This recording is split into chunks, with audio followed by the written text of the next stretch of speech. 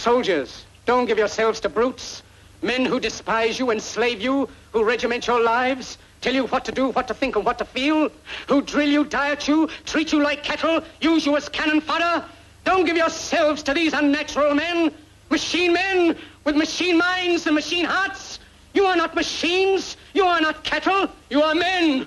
You have the love of humanity in your hearts. You don't hate. Only the unloved hate. The unloved and the unnatural. Soldiers, don't fight for slavery. Fight for liberty. In the 17th chapter of St. Luke it is written, the kingdom of God is within man. Not one man nor a group of men, but in all men, in you. You, the people, have the power. The power to create machines. The power to create happiness. You, the people, have the power to make this life free and beautiful. To make this life a wonderful adventure. Then in the name of democracy, let us use that power. Let us all unite. Good day, liberators and fellow South Africans and people of the world. I wasn't too sure to make this video, but then I decided, no, let me make it, because I think that everyone needs good news at this point in time. And we've been so negative. Even those who are supporters of Liberty Fighters Network have come out aggressively attacking or falling for certain narratives going around, to such extent that even good friends of mine have fallen for it. And they disagree, obviously. But at the end of the day, I think the difference between them and myself is the fact that I'm actually fighting in the trenches. So we've got around 20 odd legal challenges against the state for overreach of power and infringing our liberties. And because I'm actively involved in those legal challenges all the time, I know what the attitude of the state is. Many of them are actually cases against the president himself, Mr. Cyril Ramaphosa, ministers, state organs, the South African Reserve Bank, etc., etc. So we are fighting against the big guys and ladies. And I think that because I'm so busy with all those challenges, I don't give feedback that often, because I choose to rather fight and get over and done with those challenges than sitting in front of a camera like I'm doing now and making videos. There are so many people out on YouTube and other platforms. They're constantly making videos, and they're taking information that they get from the internet and from other people, but they themselves don't actually engage against the state, against the institutions, like we are doing at this point in time. So people find it strange that I'm very much excited and I'm very positive, because in the work that we are doing, I am positive. I can see that there are truly changes. It's just mind-boggling to me to say that many of us are religious, and people know that I'm a dedicated Christian, so my faith, my religion is very important to me. And I'm following what I believe my Jesus taught us and want us to do. So in that respect, one very important thing is that I don't fear anything. When people come with, for example, the new narrative going around the digital IDs, then I tell people, but I don't see what you see. They see just red. They see black. They see all negative things coming our way. And unfortunately, the book 1984 is not helpful to us. Yes, it's 1984. Today, we are living in 2025. And people think that what that book is going, or is reality, or will be reality soon. And I'm not please don't go out, as some have done already, to say, oh, it seems like the ANC have bought me. I'm not interested in the ANC. I'm not interested in any political party in government today. There are quite a number of them, but I'm not interested in any one of them, because Liberty Fighters Network is apolitical. We've got a certain eye on certain goal, and we are following that. We don't get diverted and subverted into other stuff, and that is why we tend not to move with other organizations. Our philosophy is, or our position is that as long as all the organizations are going in the same direction, we are actually supporting one another. So each one has got their own method of doing things, and Liberty Fighters Network has got our own ways of doing things. But the fact remains that I want to give everyone hope, to say that from the work that I'm doing, I can see positive change. And let me start off with, in Matthew 17, verse 20, Jesus have actually had reprimanded his disciples to say that if you only had the faith of a mustard seed, you can tell a mountain to move and the mountain will move. Nothing will be impossible. And unfortunately, I've seen that we don't have faith. We do not have faith in our own religions, in our own faiths that we are following. We don't realize that while we only see the work of Satan and evil, we tend to push those narratives, but we don't realize that God is actually winning. God is opening doors for us through all our hardship. It reminds me of the story about the footprints in the sand, where there were two sets of footprints, and one of Jesus and one of this person who wrote it. And then during the difficult times, there were only one set of footprints. And then this person questioned Jesus and said, "But where were you during the hard times?" And Jesus said, "But those are the times that I were actually carrying you." And this is exactly what I want to tell people, is that we are making breakthroughs. We are winning. You have to believe that we are winning, and that there's nothing that our opponents, the people that we are challenging, there's nothing that they can come up with today to control us. I think, and it's my opinion, that we've exposed them. We've already exposed them, and they don't have any place to hide. But unfortunately, many of us are falling for exactly the same things we are accusing the new liberalist or the woke people of. We are falling for exactly the same propagandist narratives, and we don't even realize it. And then the sad thing is that for example, during the lockdown times, the new liberalists, the wokes, have actively, aggressively went after the awakened ones, those who did not go with the narrative of the lockdown. And we were retaliated against. We were really put in difficult positions. People have lost their jobs. People have lost their lives.